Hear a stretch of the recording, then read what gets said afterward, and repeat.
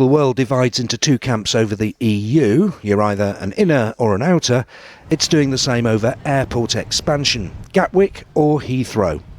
But unlike the EU referendum, in our region there aren't many don't knows when it comes to a new runway. The anti-Gatwick brigade were out in force this morning to hand in a letter to Number 10. The government say a decision's not been made yet because of worries about air quality around Heathrow.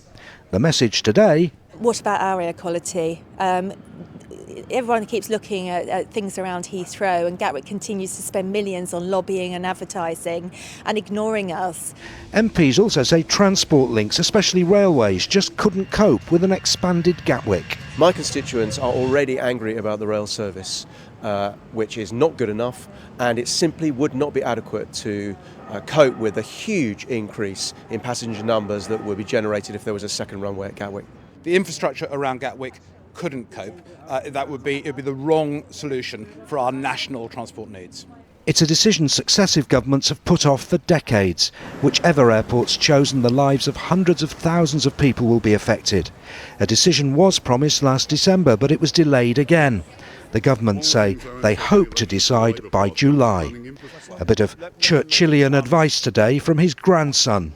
To manage is to do it properly, but to lead is to do the right thing.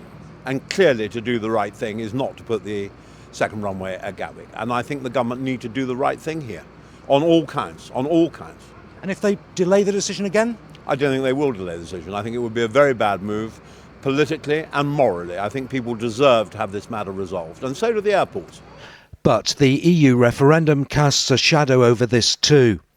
If we vote to leave, if David Cameron has to resign, if that well-known supporter of a Thames estuary airport becomes Prime Minister, all big ifs, but everything once again could be up in the air. Phil Horn